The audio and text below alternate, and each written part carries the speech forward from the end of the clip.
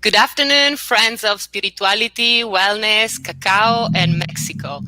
I'm very happy to have here with me today the Chef Alejandro Corral. Thank you for being here. And I'm very, very happy because he's gonna share with us some very important information about cacao. And he's a great professional with a good tips that you are certainly willing to listen. And you are here you're there in Costa Rica, but Yes. your soul is from Mexico. Yeah, that's right. I'm Mexican. I was born in Mexico City. I haven't been living there for 25 years now, and I will never go back to live there if you ask me. I'm very happy living now in Costa Rica. I came here 5 years ago, and I met this guy, and we fell in love. Yes, I've been Yeah, working with Cacao for 5 years now. Normally, I was trained as a producer. I worked for 25 years in production, radio, TV, blah, blah, blah. Then I turned into cuisine. I started cooking professionally in Argentina for 10 years now, 11 years now.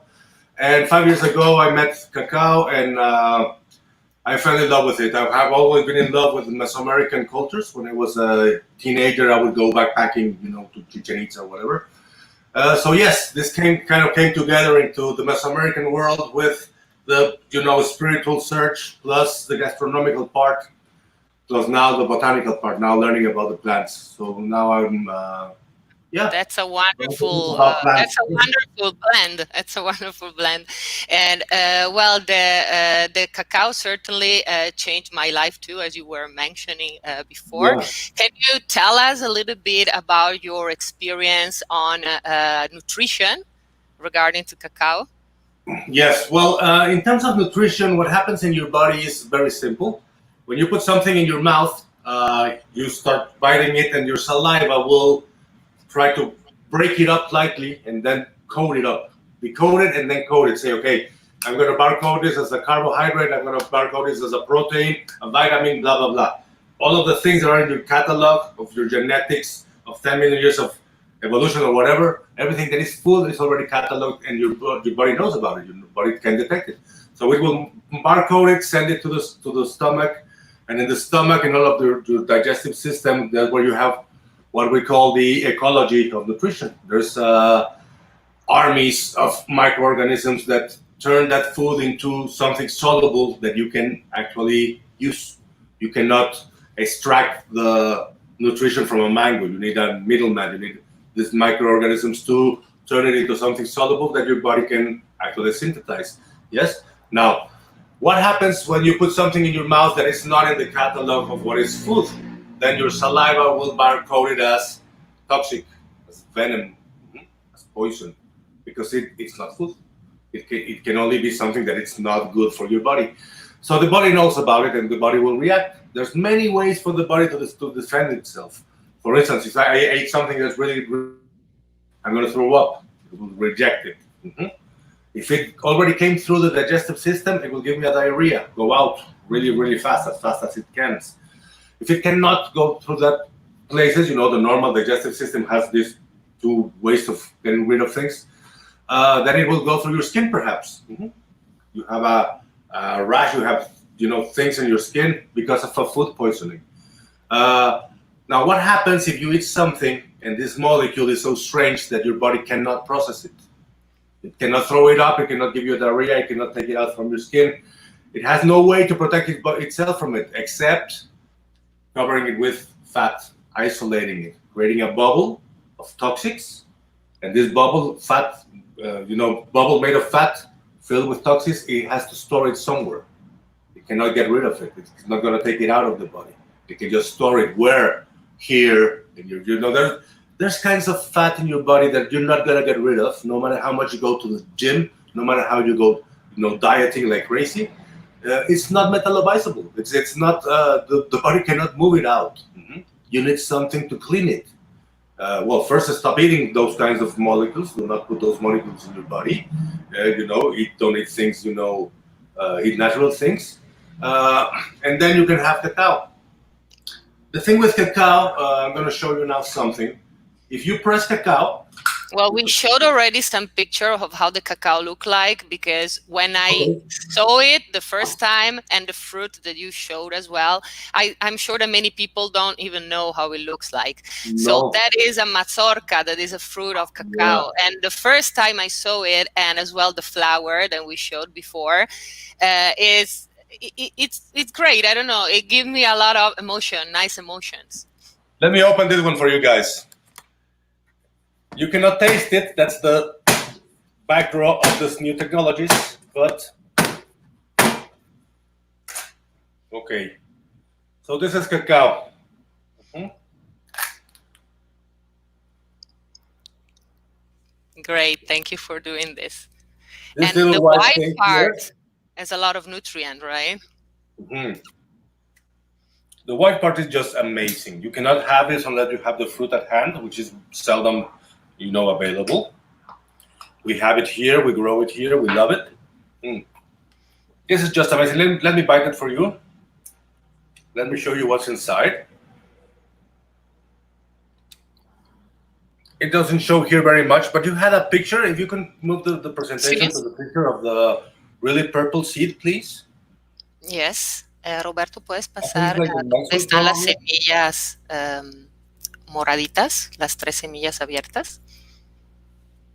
That one. Excellent. As you can see, cacao, when it's raw, when it's pure, when it's out of the fruit, it has this white pulp. Mhm. This white pulp is just amazing. It tastes like, people that come and try it here, this is part of the tour that we make. One of the most important things is try the fruit. And people will say things like, it tastes like mango. It tastes like kiwi. It tastes like, I don't know, different tropical fruits. It's very unique. Now, I just opened it like 2 seconds ago. How long ago did I open it? Look at this.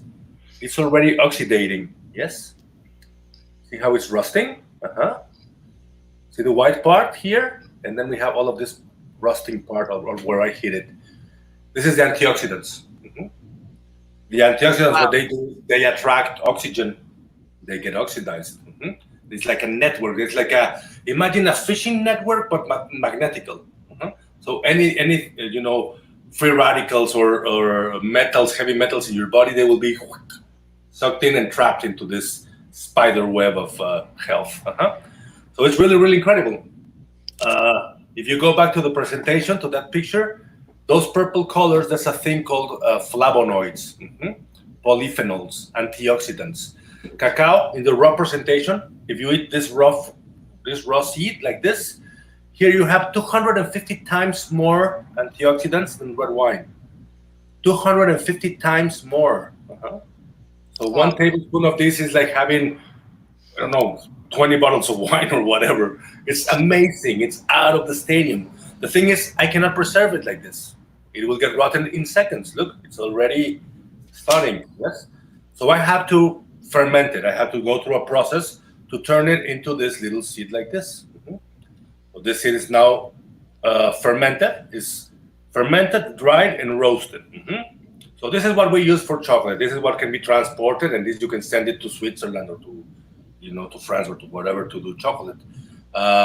This you cannot send anywhere. This you have to process in the farm, or in a nearby farm. Some people buy this. This is called baba.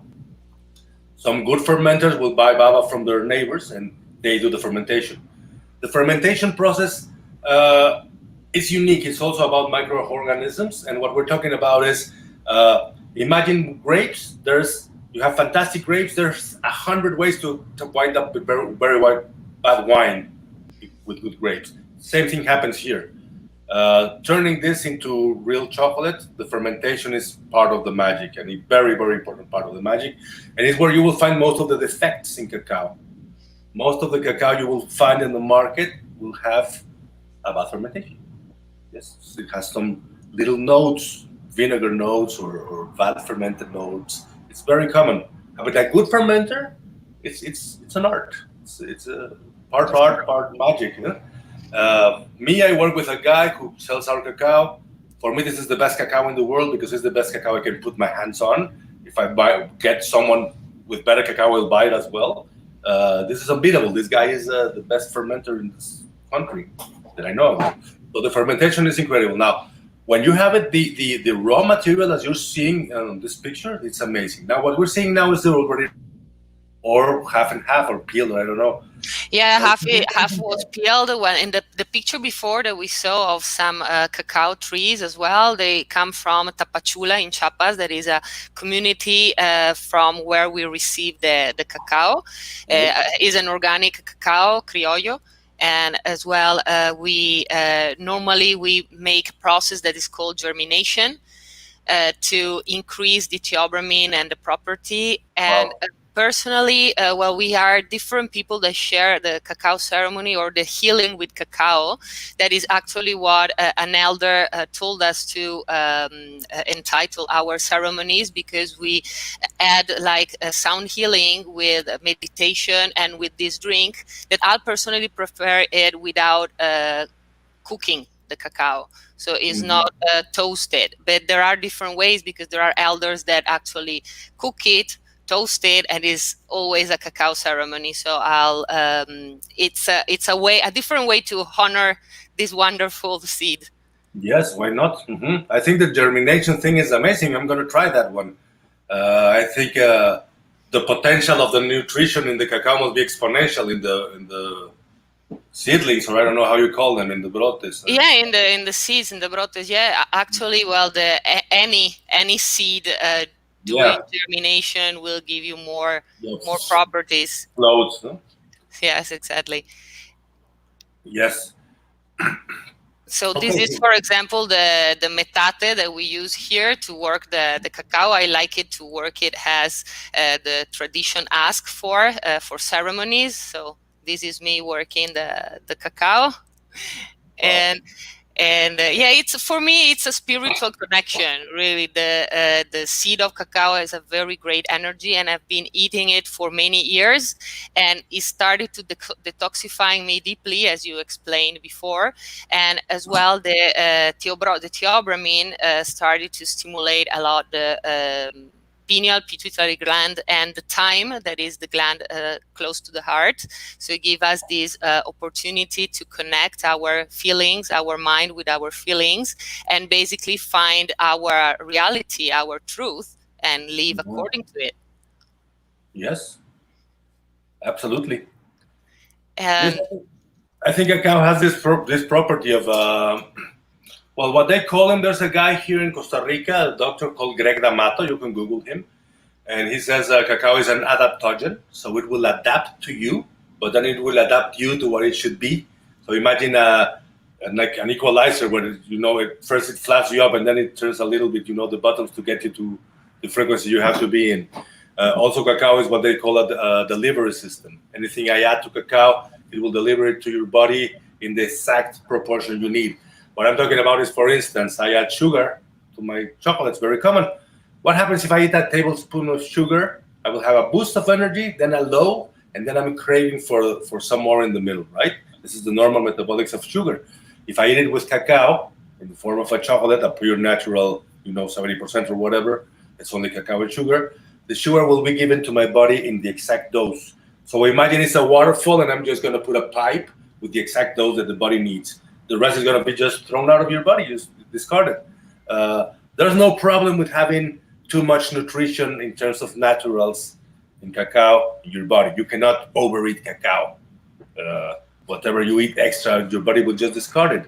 It's like having to repair a machine and suddenly you have 500 bolts and you only needed 20. Well, you just use the 20 and the rest can go back to the can or whatever. It's pretty much the same. Personally, with the germinated, for example, sorry to interrupt you, but with the germinated cacao, sometimes I don't recommend to eat too much, because personally, as I love it so much, I think that I overpassed in cacao once or twice. And we say here that we feel a lot cacao. That means probably I was very energetic, but maybe too much. That can happen in your. I think the problem is theobromine. It happens to me with chocolate. I cannot eat too much chocolate. I can eat cacao. Seeds I can eat all day, and there's that moment when I don't want any more because I'm okay, and then I want one more and blah, blah. We use this one. We have this sugar-coated. This is one of our best-selling products. It's amazing. this with garapiñado, we call it in Spanish. We have this as snacks. We sell them as snacks. People, for instance, who work in call centers or all day, people, whatever. I can bet you their performance will go up 10% if you give them this. Anyway, with this is no problem. The thing is, for me, with chocolate, and in the case of your germination, I think it's the excess of theobromine. It's too much for the liver. Mm-hmm. Okay. When you make cacao, it's so grounded that it's so biodisposable, it's so available for the liver that it's a bit too much, in my personal opinion. Well, that time I really ate too much, definitely, because I was working, and while you're peeling and you're eating, your liver was saying, normally we suggest like 3 or 4 seeds per day to keep like the doses, and for the ceremony as well, we give seeds with honey that in the Mayan tradition are used to work on the connection with the mother, and everyone has to work that, or with our mother or with Mother Earth. And then we give a cup of cacao, and the cacao we prepare has no milk, no sugar, actually to help this absorption of nutrient, but really is still sweet anyway, even if you don't add any sugar. So it's like a ceremony to connect deeply, and as well to receive a connection. As you said, the cacao, I don't remember the word that you use for that, doctor, that it alienates you. Yeah, he says that it is it will turn all of your chakras purple, no? Your aura purple, yeah. Align all of your chakras and whatever. Yeah, energetically it's amazing. Also, another thing that we like to talk about is the part of the neurotransmitters. Yes, neurotransmitters are these chemicals in your body that affect the way you feel and the way you behave. Things, for instance, when I see a snake, I'm in Costa Rica, I see a snake.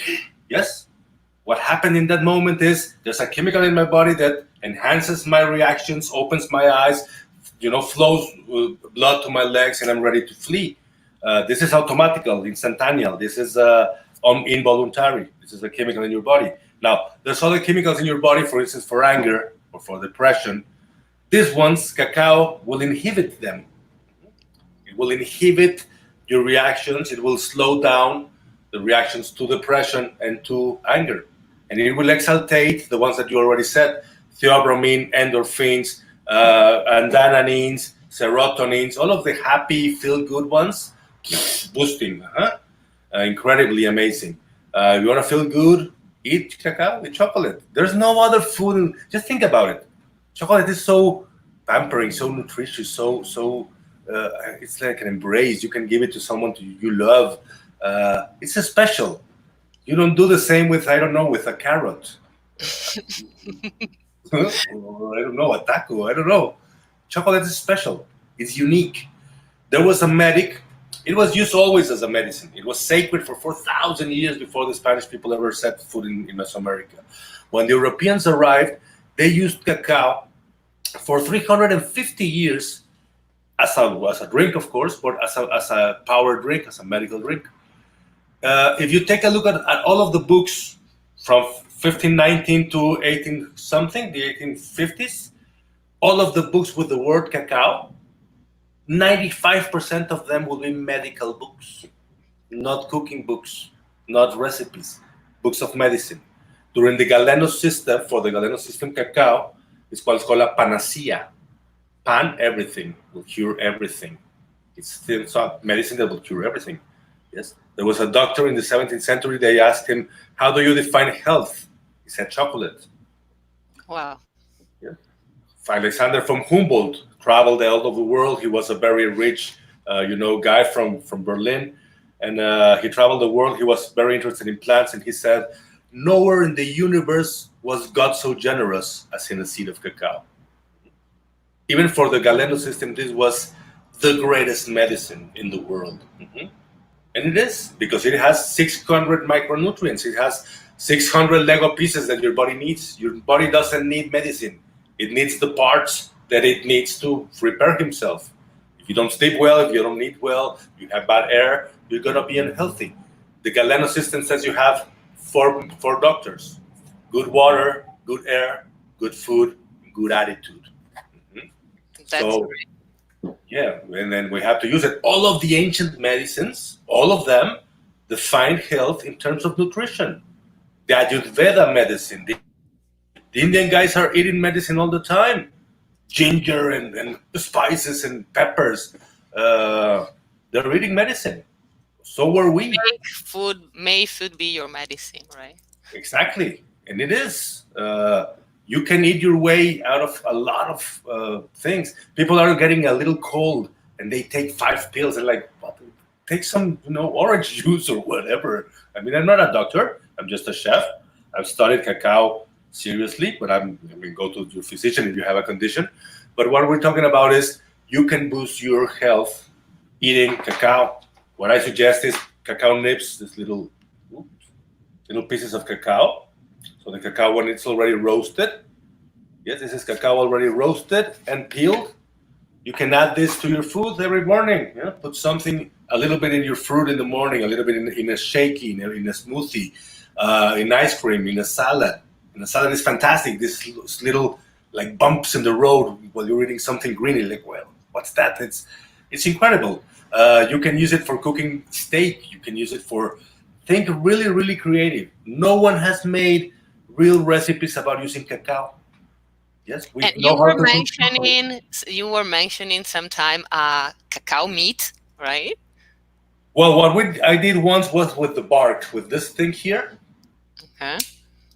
See how it has already getting really, really rusty because of the antioxidants. Okay, this part here, you cannot do this at home because you don't have the cacao normally, yes? But this shell, this is a really hard part. Then here we have this spongy part, and here we have a pulp.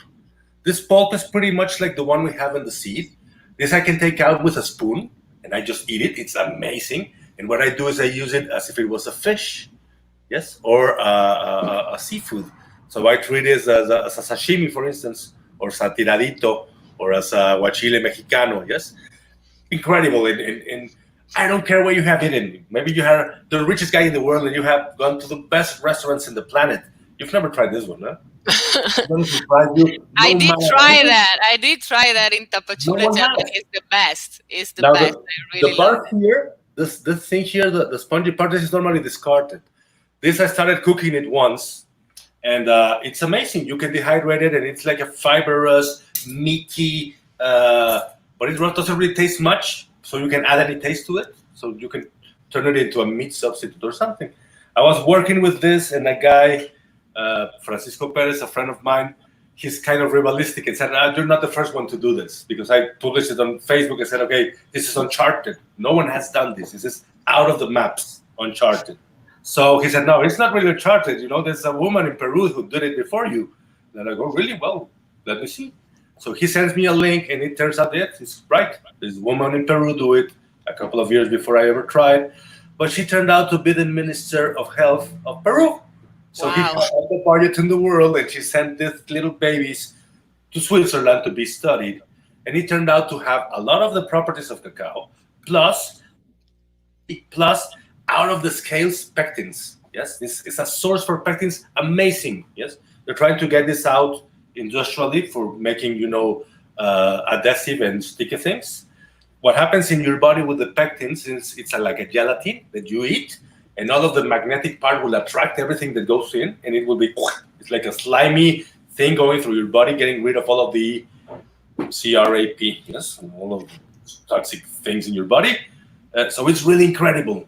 If you do the drink with this, I call it the happy duodenus drink. This is the happy intestinal system or whatever this is. It's going to make you have the best digestion in the planet. We don't talk about it. You have to tell me how to do it, because I have few mazorcas here at home and I want to try them. Super simple. Just take this out, the baba, and put it in water in a bowl. Massage it a little bit. About conscious cuisine. So add your intention, add your love, blah blah blah. Shake it up, and release this pulp and let it rest for a while. You can put it in the fridge. You can eat it 1, 2, 3 days later. It will start to turn a savory thing. It will start to turn alcoholic a little bit, like a cacao hooch, and then it will become a vinegar. You can use this for salads as well. It's very simple. Just put it in water, add some sugar if you want, or honey, What we use here is what's called tapa dulce, which is the actual sugar cane, the juice of the sugar cane turned into blocks, and this is what we use. So unprocessed real sugar from the cane. It's amazing. It's so beautiful. I'm sure that is amazing. Can you please explain to us a little bit the difference between the cocoa that is what most of the people know and the real cacao, and why it's so important? Yeah, super important thing. There's a huge confusion about cacao, and it's happened 150 years ago. The Industrial Revolution came to change everything. Remember I told you about the Galeno system and how cacao had been used as a medicine for 350 years in Europe? Well, the Galeno system says no. The Industrial Revolution says no. We have now the scientific ways. In the scientific ways, you have to prove that it works before we can say it works. So it has to be proven scientifically, which no one did with cacao or with anything else. At the same time, they start developing machines for everything. One of the machines that appears is a guy called Van Houten. Van Houten is a guy in Holland, in the Netherlands, who invents a machine to extract the cacao butter. Now, the cacao seed, this little seed here, is 50% butter. If you put it in a press, you start pressing it, and you add fire, 50% degrees Celsius, 5 tons of power, and out of it you will extract all of this fat. This fat is called cacao butter. Cacao butter is one of the secret ingredients of the cosmetic industry. This you will only find in very high-end cosmetic products. A small proportion of this will be added. This is a secret ingredient. As soon as this guy extracted this from the machine, Van Houten, he was selling the cacao for just to say a number in $1 for the drinks, the normal cacao, normal process for the drinks, $1. He extracted the butter, and the cosmetic industry said, I'll give you 5 times that for that product. Yes? So his seed, he sold in 5 times more money. He was very, very happy, no problem.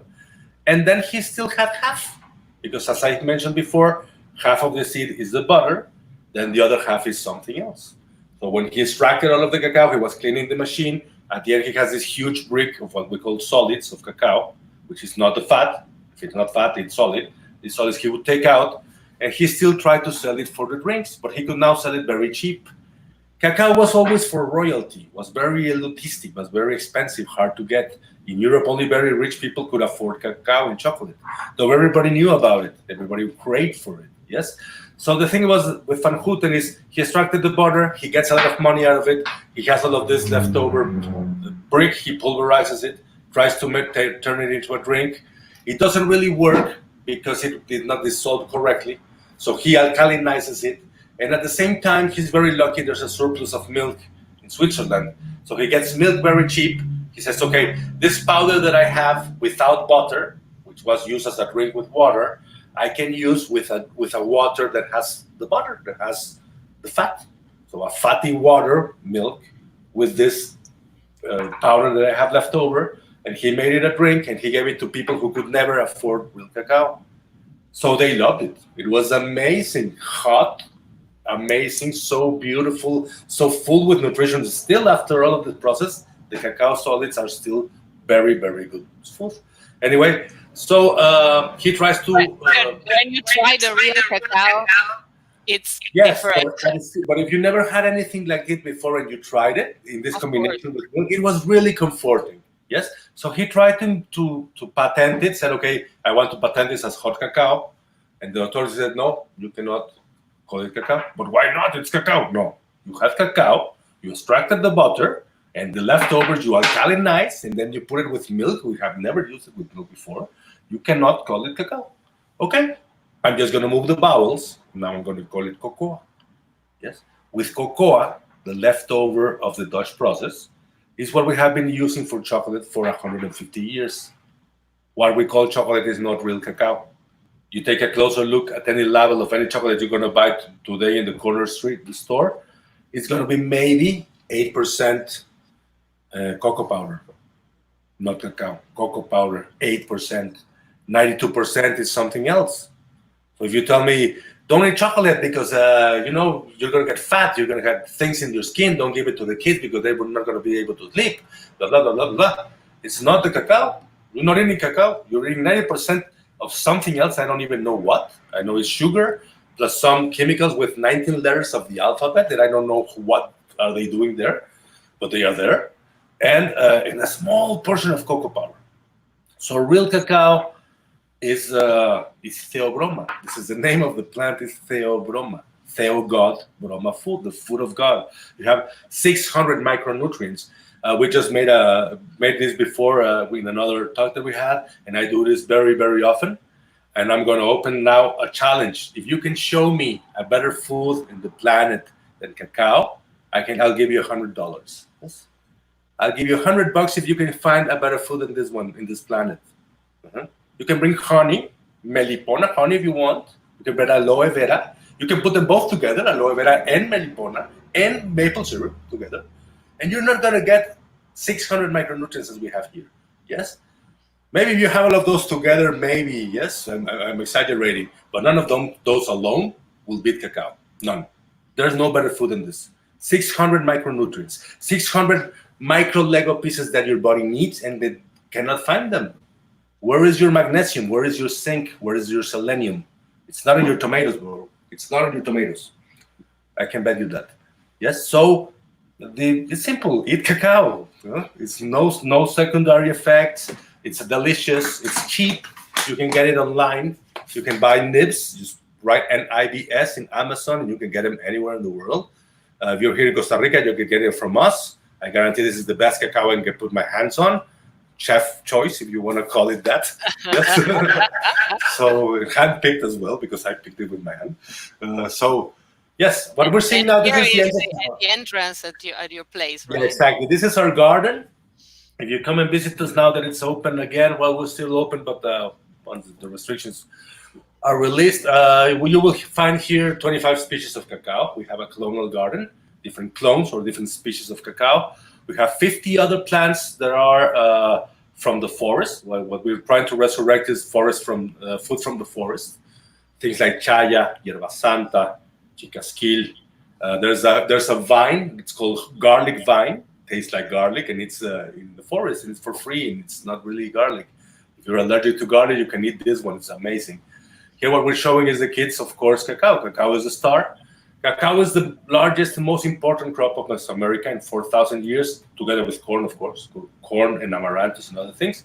But cacao was really, really an impact in culture. Here we have Marisol, our guide, teaching the kids. For us, it's very important to empower the kids into the power of cacao. This is kids here from Costa Rica, from schools. But we do this with adults. We're now running some cacao truffle lessons for kids nowadays. And here she's showing the fermentation process. This is the magic. This is where the cacao turns from the fruit into what we use for cacao. It's a 7-day process. As you can see, we love to have kids. Kids are, it's incredible because the younger the kids, the more they like real dark chocolate. If you give it to a 3-year-old, it will like, oh, yeah. You give it to a 7-year-old or a 9-year-old, and they're like, they're more used to sugar. Exactly. Yeah. Well, for me, when I see and when I saw and tasted the real cacao the first time, it was an impact. But I always liked the dark chocolate. But for a few people, it's they don't find the sweet in it. They don't like it so much. Too much, yeah. But they just need to get used to it because the sugar is not good for your health. Yes, well. A little bit, maybe, it's but so not good. much. Yeah, we need it a little bit, but we exaggerate. We have too much sugar and salt and chemicals in our food. We have to be more conscious about our food. What we're showing now in the presentation, this is our cacao selection workshops. Cacao is, again, we have 25 species just in our land. If you grow cacao here and the neighbor has the same species and the same genetics of cacao, but he ferments in a different way, then it's a different cacao. What we do here is this cacao workshops where we can try different species or different farms of cacao in this kind of experiment or adventure. So here you can have different kinds of fruit, different kinds of seeds from different parts. One of the things that we show here is also the effects of cacao, how to detect when a cacao is no good. So what we do is just pass them around, smell them, try them, use your senses. We teach you a little bit what to look for. A cacao sommelier. Sorry? Cacao sommelier. Yeah. Well, I'm trained as a sommelier. I'm actually a sommelier. So yeah, I do exactly the same. The sensorial thing. Yes, the organoleptics are. We do not know really how to use our senses anymore. Our smell and our. We have to relearn that as well. Here, the picture now. It's me 5 years ago. As you can see, I was 25 kilos fatter. I had just arrived from Argentina. Started working with chocolate. I used to eat a lot of beefes and be in wine. And I lost 25 kilos just eating cacao. I still eat my drinks, and I still have my steak, and I still have my tequilitas. And here we are. So it's really amazing. What I'm showing there is the fermentation. Again, we love the kids to work with cacao, to have fun with cacao. Most of the people have never tried the fruit. Even the Costa Ricans who have it more or less available, they do not know the fruit. And here we have, this is a very nice project. This is called Al Niño con Cariño, to the kid with care. It's like the translation. This is a group of nuns that take care of these young ladies who have violent homes. And they come every year, twice a year, to the chocolate tour to spend the day. That's our chocolate. What we do in the chocolate tour, you can make your own chocolate creation. So you get to choose 2 of those little molds and put whatever you want in them. You have like sprinkles, raisins, almonds, salt, chili. You can do your own chocolate creation live, and at the end of the tour, you can eat it or take it with you. No one really takes them with them; they all eat it here. So that's great, a wonderful experience. That's part of the experience. Here, what we're showing, as you can see, this is in front of a map of Mesoamerica, where we show about history, how history and food were connected. We show all of the kinds of corn that grow here. And there, in particular, we show a drink called pinolillo, which is amazing. It's a mix of a roasted corn, cacao, allspice, and cinnamon. You ground all of this together, put it in really cold water in the morning as a refreshing drink for breakfast. It's really, really nutritious. In terms of metabolics, it's amazing. It will activate your body, give you all of the nutrition, open up your heart vessels, open up all of your lungs, etc. with the cinnamon. Well, as you already said, cacao as a heart opener is not only in terms of your sentiments, it's also as an actual vessel thing. It's a circulatory enhancer. That is part of the tour. Sorry, yes? Yes, I would like to ask you something. Roberto, ¿podemos regresar al mapa de México un momento? I would like you to ask you a little bit about the history of cacao, or the part that you know. Okay, yes. That's a very nice book called The True History of Chocolate by Sophie Coe. It's a quite romantic story because she was researching the book and she died, and the husband published in her name. So it's a romantic story to the story. The first thing that Sophie Coe writes is, everything we know about Mesoamerican history is accepted fiction.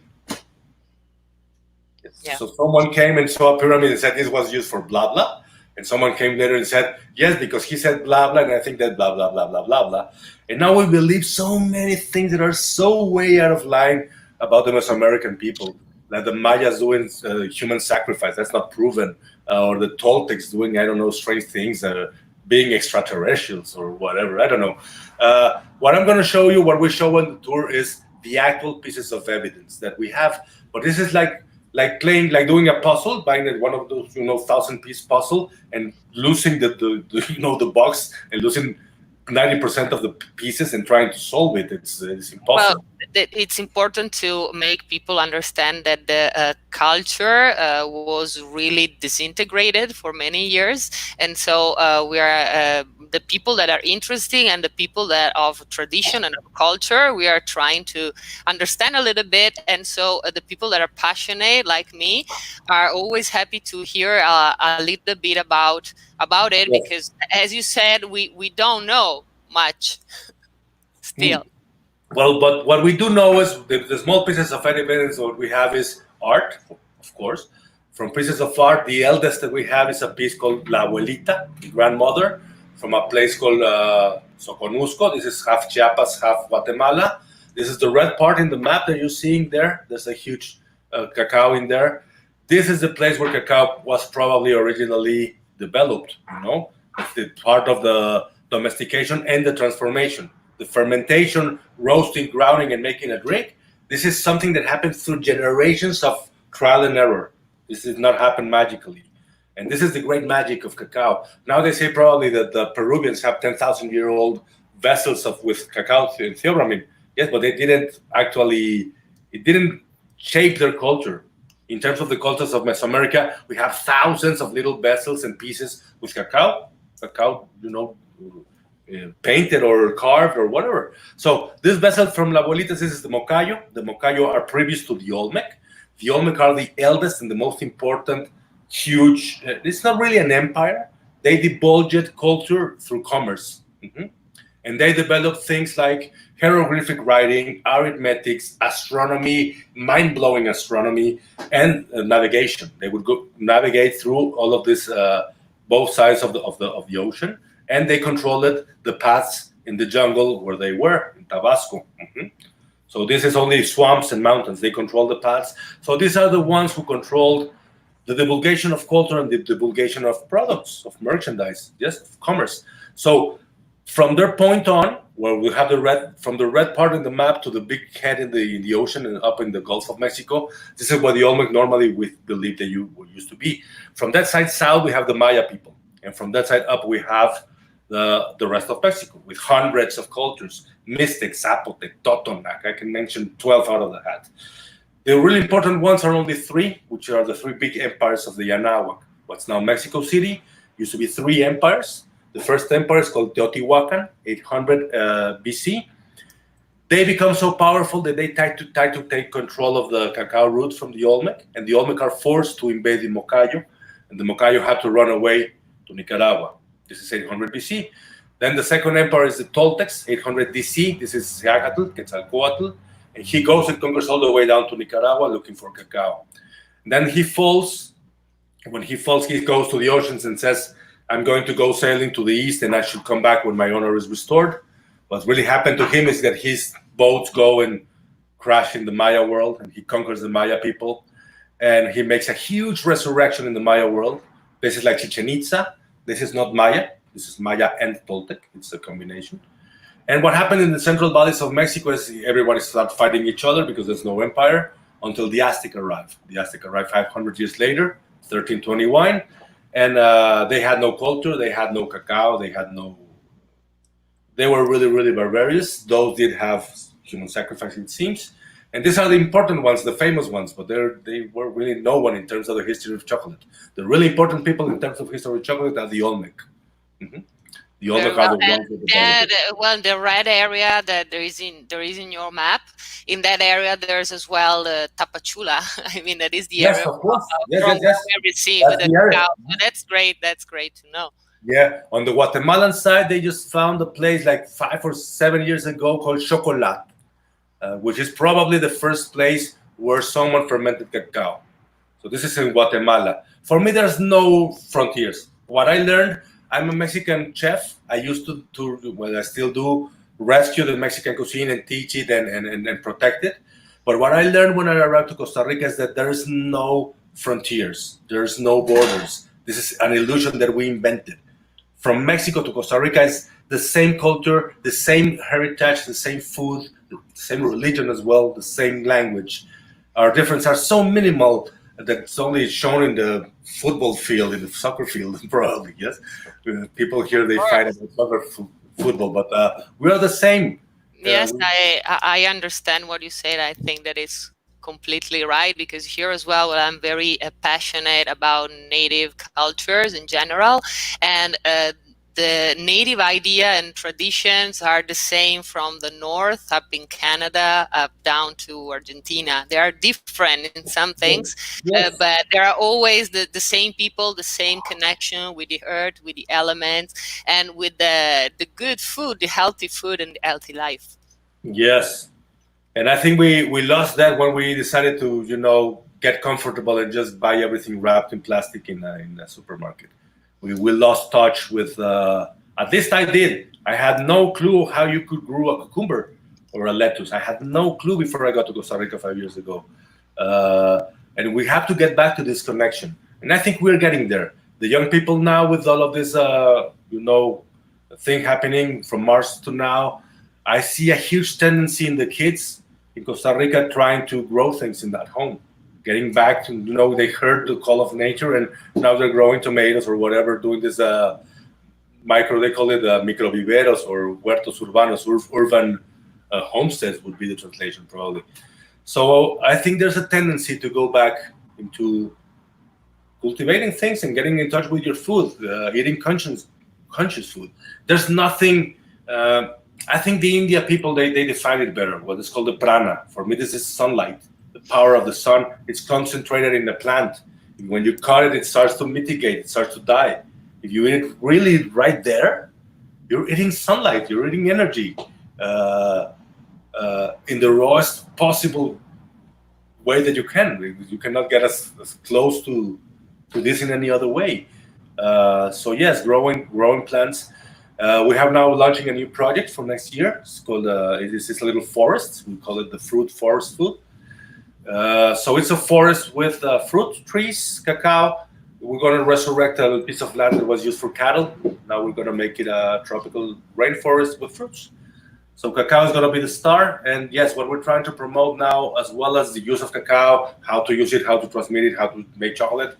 We also want to teach and learn and teach how to save the forest with cacao. Cacao can be a sustainable, regenerative way to create income, to create money, okay, because we need money, for everything, but also to save the forest.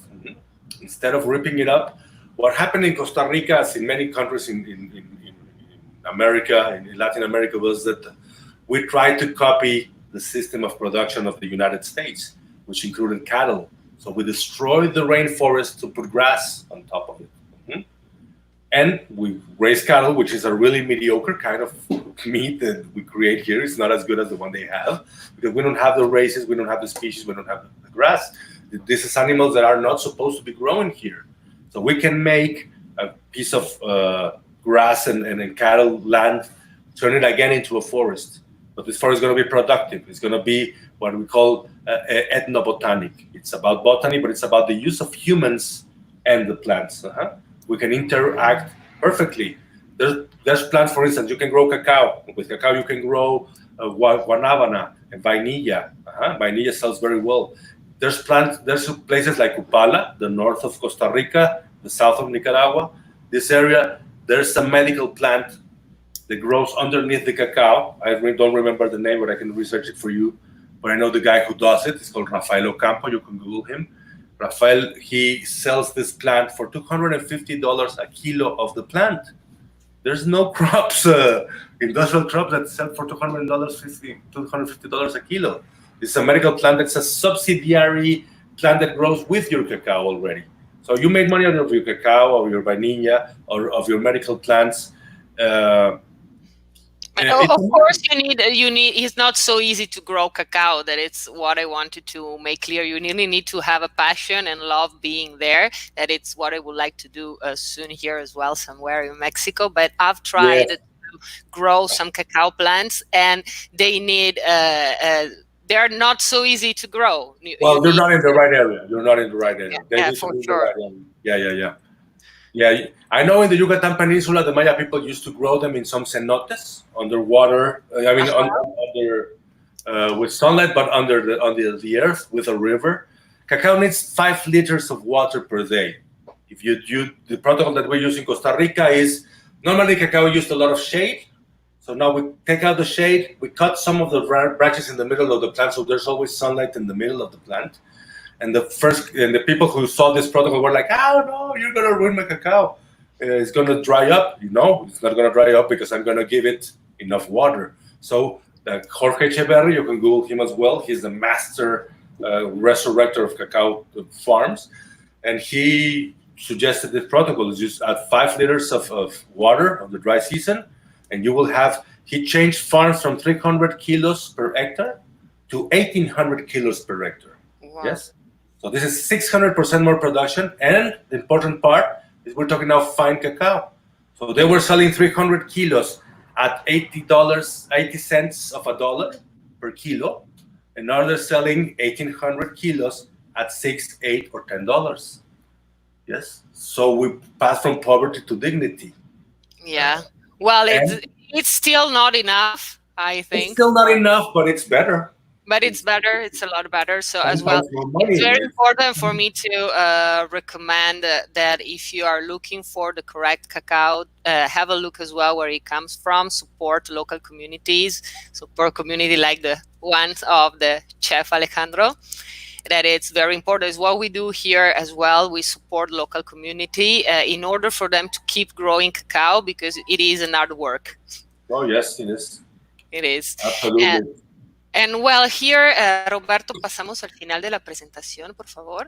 Here, we have full moon and new moon ceremony. That is a way to honorating the element of cacao, the spirit of cacao, that in Maya is called Ekchua.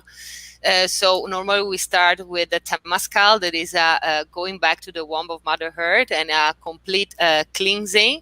And then we receive on an empty stomach the cacao. So first we have the cacao seed with honey, and then we have the drink of cacao that has no sugar, no milk, and is at ceremonial grade. That means that it's germinated.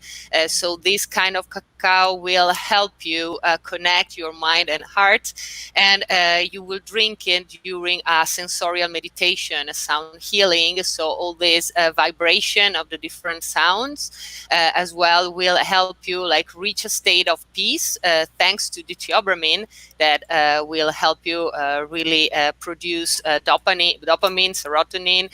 So the people end up very, very happy and with an inspiration, because the sensation that I think that the cacao growing us is opening our heart, but as well giving us back this love for life. Te perdí, sorry. Sí, that I was saying that for me, the cacao is so important during this kind of ceremonies because it helps open your heart, but it gives you back as well this happiness for life. Yes, sir. That is according to the nutrients, right, that it has inside. Yes, well, as we mentioned before, all of the thing of the neurotransmitters, cacao will inhibit anger, will inhibit depression, and will exaltate all of the happy ones: serotonin, theobromine, and dananines. So it will make you feel good. Of If you course, do this, we normally sing and tell things about the importance of get connected to the earth and get connected to the element, the important thing, the breath, our grounding with earth. And so the ideas is that this get imprinted in their soul through the medicine of cacao, and they can still replicate it at home and get the enough power and intention to actually make some changes in for a healthier life. sure. There's a very famous chef in Mexico, Betty Vasquez. She's the master chef judge. And once she told me something that kind of resonated now is when you cook for someone, or in this case, when you offer someone a power drink like this one, you nurture them up to every one of the cells in their body. You're nurturing each of the cells of the body. It's so intimate. It's so powerful. No? I think there's nothing so powerful. And if you do it as like a community thing, like you're doing there,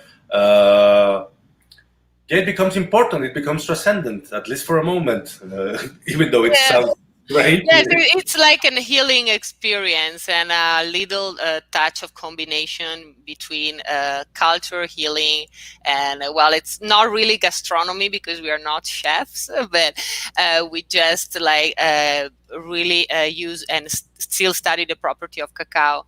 So, Chef, it was a pleasure to have you here. Thank you, Sarah. There's something else that you would like to share? I would just like to ask you about the moon. I see, well, the moon is obviously important for everything, but you say you don't use astrology, but you do the moon thing. Well, the thing is that the moons are very important because we are connecting, we flow with the Gregorian calendar, but the Gregorian calendar that we all know is not really connected to the rhythm of nature. So when I got here in Mexico 14 years ago, I started to be drawn really into the culture and tradition. I started to study as well the calendar, the Mayan calendar that is amazing. And it's important to know that there are 13 moons in the years. So there are 13 cycles, not 12 like the months that we are used to.